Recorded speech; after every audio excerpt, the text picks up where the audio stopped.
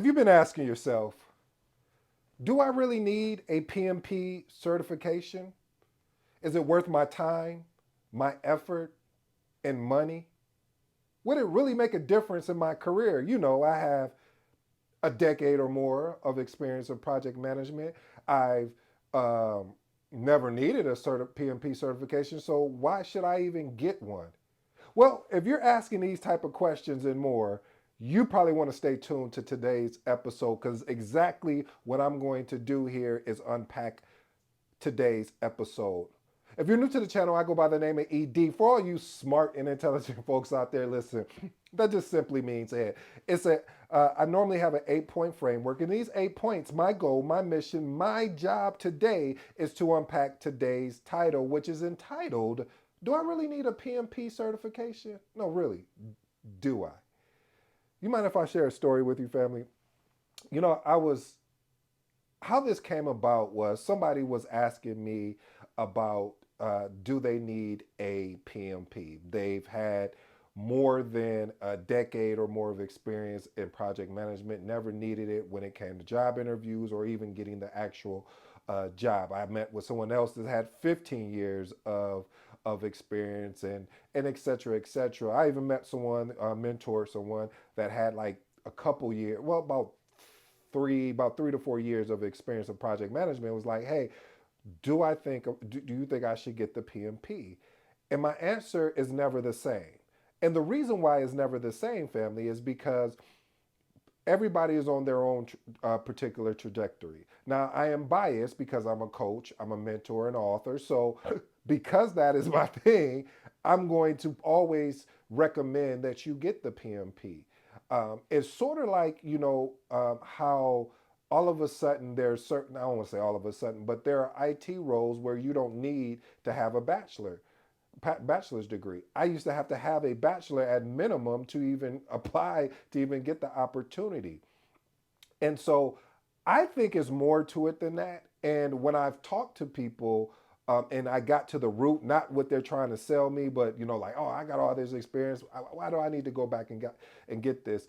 It's because I truly believe that there's so many ways I can attack this, but I'm going to I'm going to disrupt, right? Okay, as long as you know I'm about to say some things to ruffle some people's feathers, but I really truly believe, and again, in my humble opinion, is subjective, is that once I got to the root of some of these people that had a lot of experience, that really could, I mean, they would run circles around people leading projects.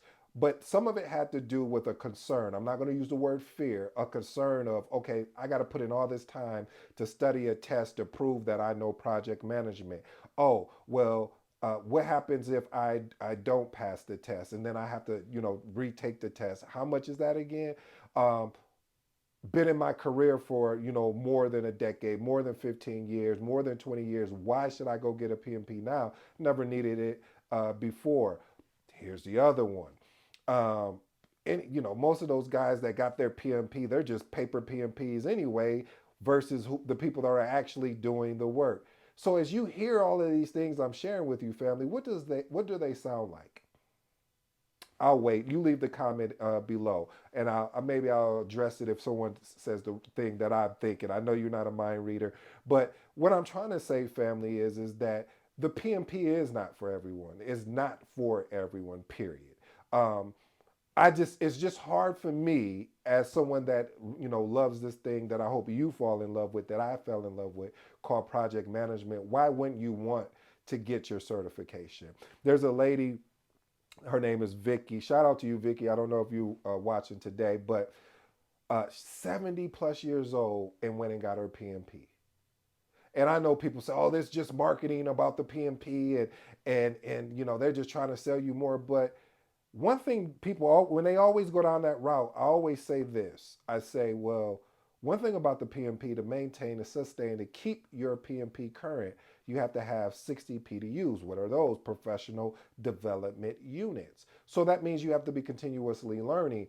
And so a lot of times, I'm not going to lie, the on the job training is definitely more in depth versus, and when I say on the job training, I'm not talking about someone handing you a book and saying these are the processes and procedures, or go to our organizational process assets, blah blah. No, no, I'm talking about actually leading a project and going through the twists and turns. That to me is truly on the job training, because you're learning in an instant. You're having to make adjustments and adapt. And so a lot of times what ends up happening, family, is that people uh, they're like, well, again, why do I even need this? This is not beneficial to my career. And so I'm gonna go into my 8 points. Apologize for the long monologue, but I really want you to understand how important it is. There is no right answer here, and the only reason why I say that is because a lot of times people make a decision that I'm already too far ahead in my career. Why would I even need to go ahead and get my PMP? But my buddy Vicky went and got her PMP at 70 some odd years old. That is amazing. I guess for me, and again, it's a biased approach, but I'm not gonna, today's episode, I'm gonna do my very best not to be biased about the reason why. I'm gonna give you some thoughts and then I'll allow you to make the decision. Because at the end of the day, people look at how much something costs, but they're not looking at the cost.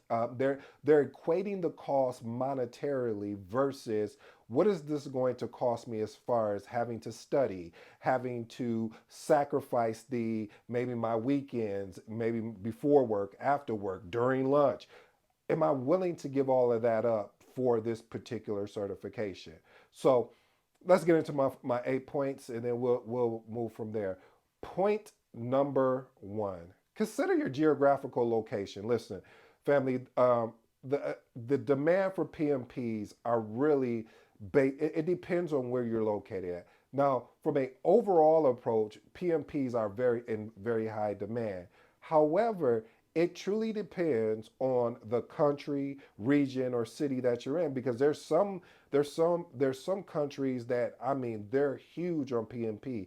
And then there's some that just may be only huge on Prince 2 or any of these other particular certification. So see in your area, in your state, in your country, in your region, see, is PMP hot? See, is it even worth it? And see if it's a high demand for it, because that'll tell you everything. If it Because if it doesn't make sense based on your logic of saying, hey, I got so much time in this particular position, I don't know if it's worth it. Go do your homework, go do your research on that particular piece. And I'm going to give you some points for you even to go dig deeper on. I want to be able to be the seed that you'll be able to use, that you can water and it can sprout to make sense for you. Because again, I'll state it again, the PMP is not for everybody. However, but if you sign up for this thing, I really truly believe it's not about the PMP, it's about the journey. We miss that a lot of times. We get caught up in that but the journey to getting your PMP, who you start becoming, how you have to start digesting the PMBOK and understanding it and digesting study material. Okay, I'm sorry. All right, I said I was going to try to keep my biases away. All right, point number two: consider your client's expectations. I remember there was a client we were working with, and he was like, listen, um, I want all of the people that are going to be working on this project, I want them to be PMP certified, period. I was like, okay, do we have a window? Like, because some of my team is not PMP certified. Would you be okay giving us time to get them PMP certified? And he was like, yeah, absolutely. I'll give you, 4 to 6 months and we'll connect. But anyway, the point of it is that there are certain clients that will require that you have a PMP.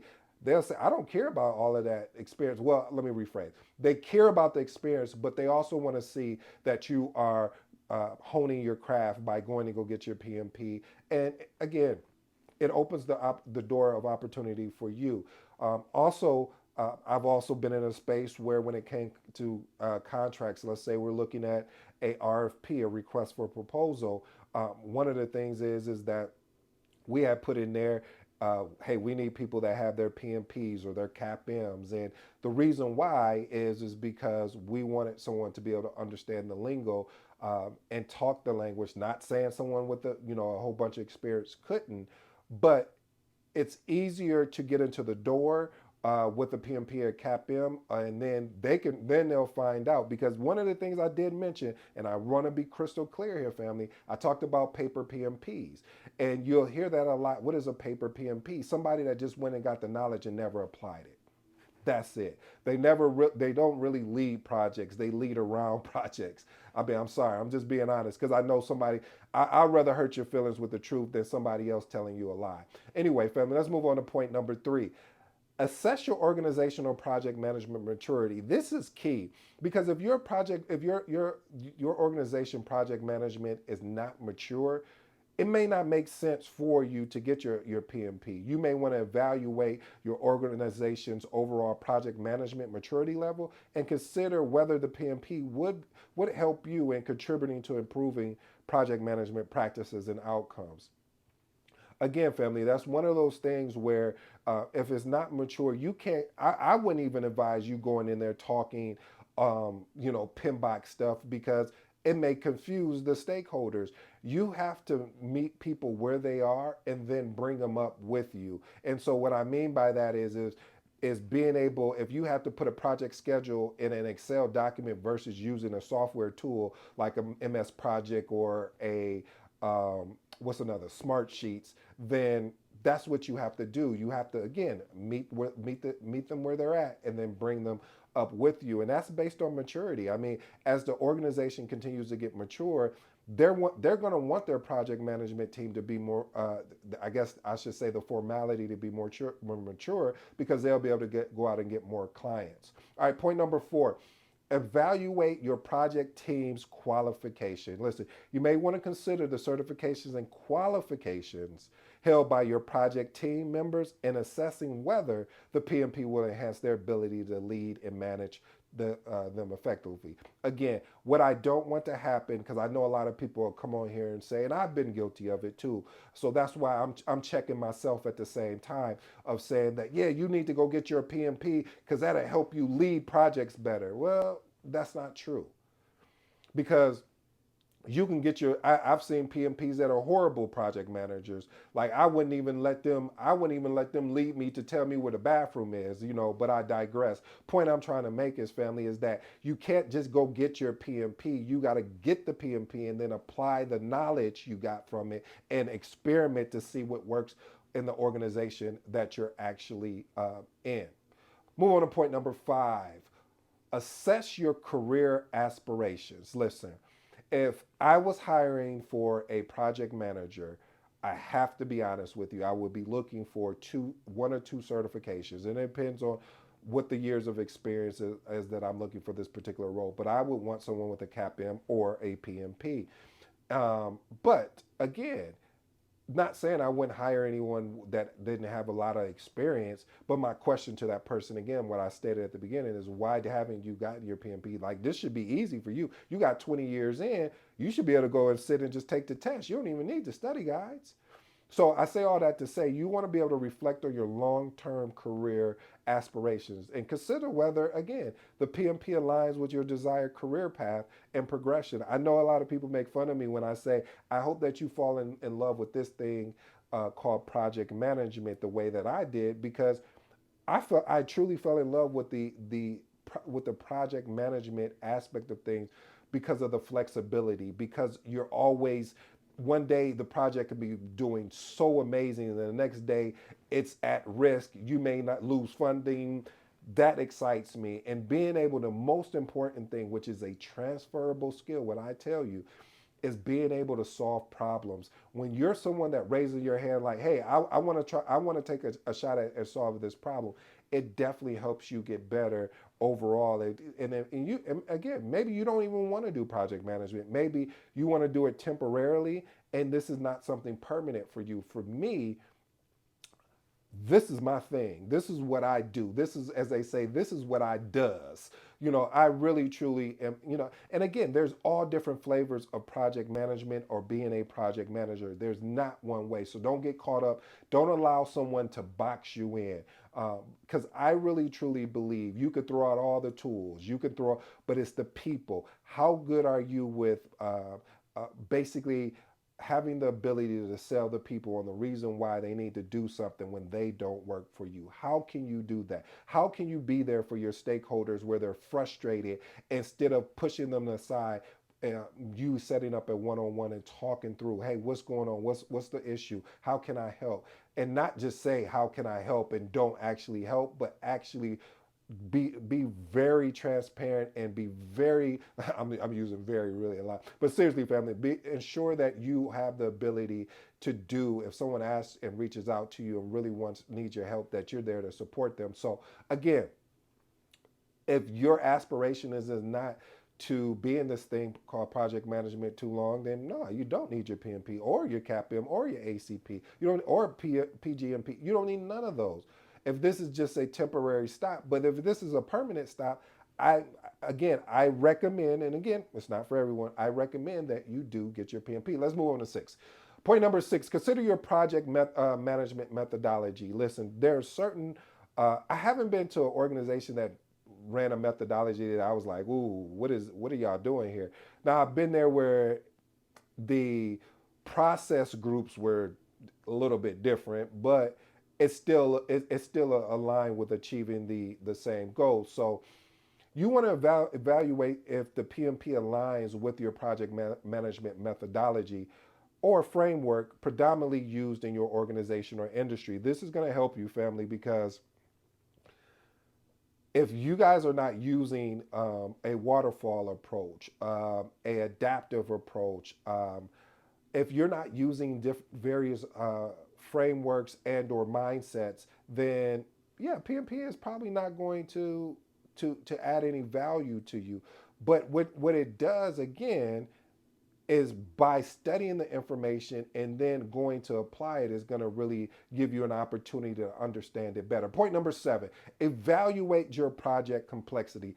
Really the PMP, and this again subjective, my own opinion, is that the PMP was more around handling large and complex projects. Not saying small projects are not good or not there it's not a, but it's really, that's what the whole point of it is. So being able to reflect on the complexity of the scale of your projects you typically manage is going to give you an idea. If you're managing really small projects that is not a lot of complexity, it's not a lot of stakeholders, like you got one or two or three stakeholders, then it may not be worth it for you. But if you're handling projects where, I think the biggest project I ever had was like, I don't know, maybe 100 plus stakeholders, and you just have various meetings. But normally I have, my stakeholder group is anywhere from about 20 to 50, depending on what the actual project is. And when I say 20 to 50, meaning having separate meetings with different groups. So if you manage small projects, again,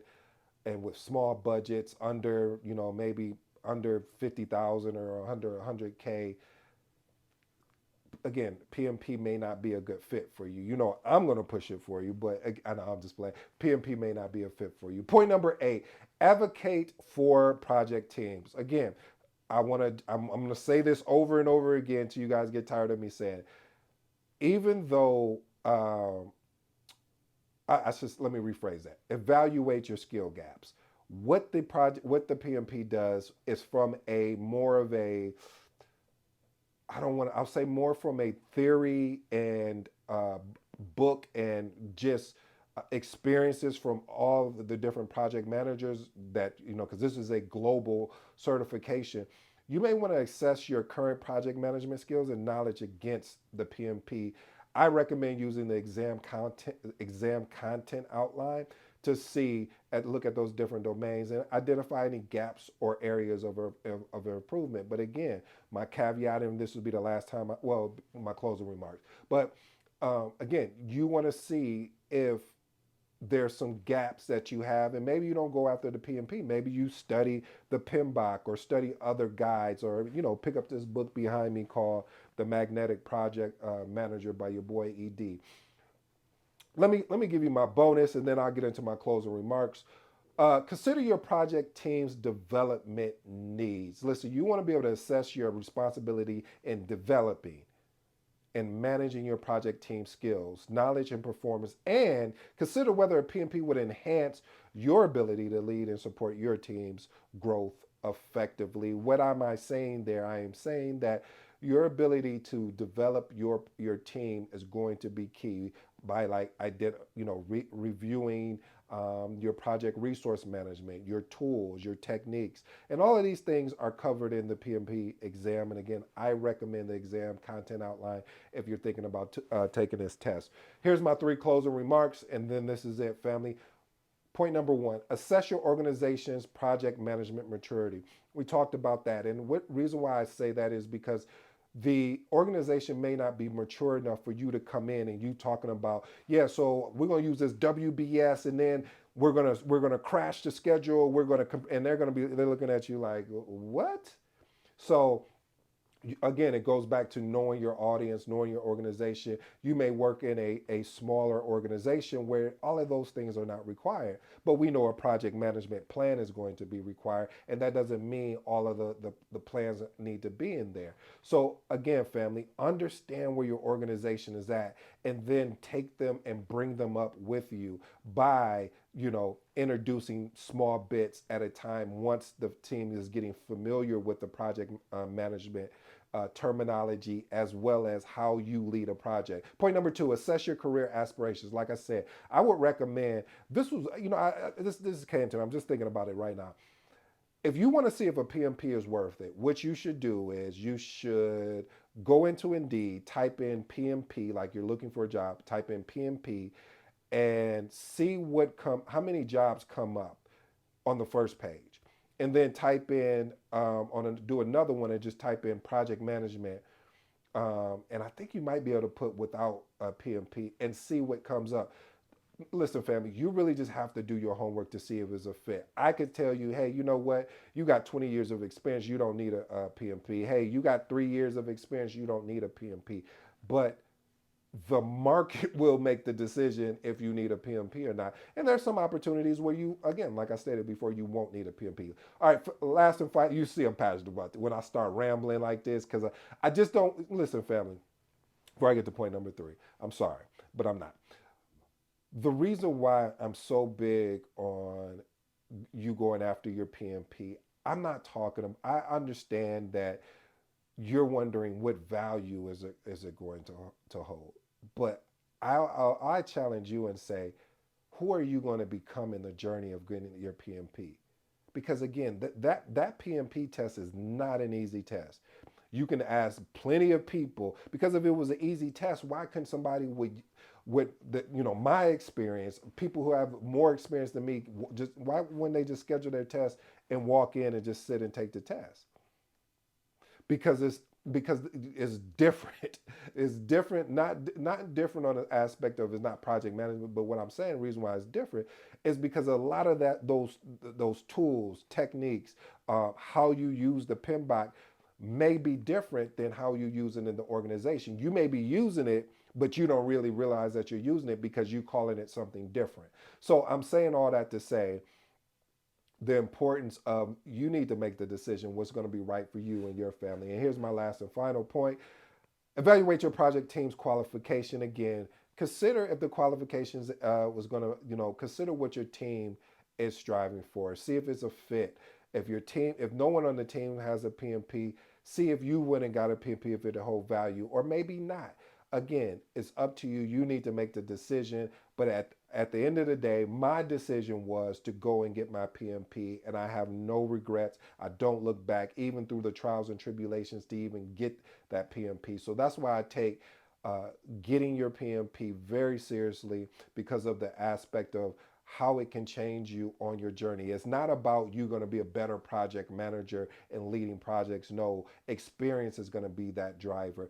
But what this PMP can do is help you understand from it can really help you create a vision and a drive to be a better project manager from a theory standpoint, and taking those theories and actually applying them in real life and making them more practical and pragmatic. Until next time, you know my slogan. I go by the name of ED, and I appreciate you enjoying today's episode. I'm going.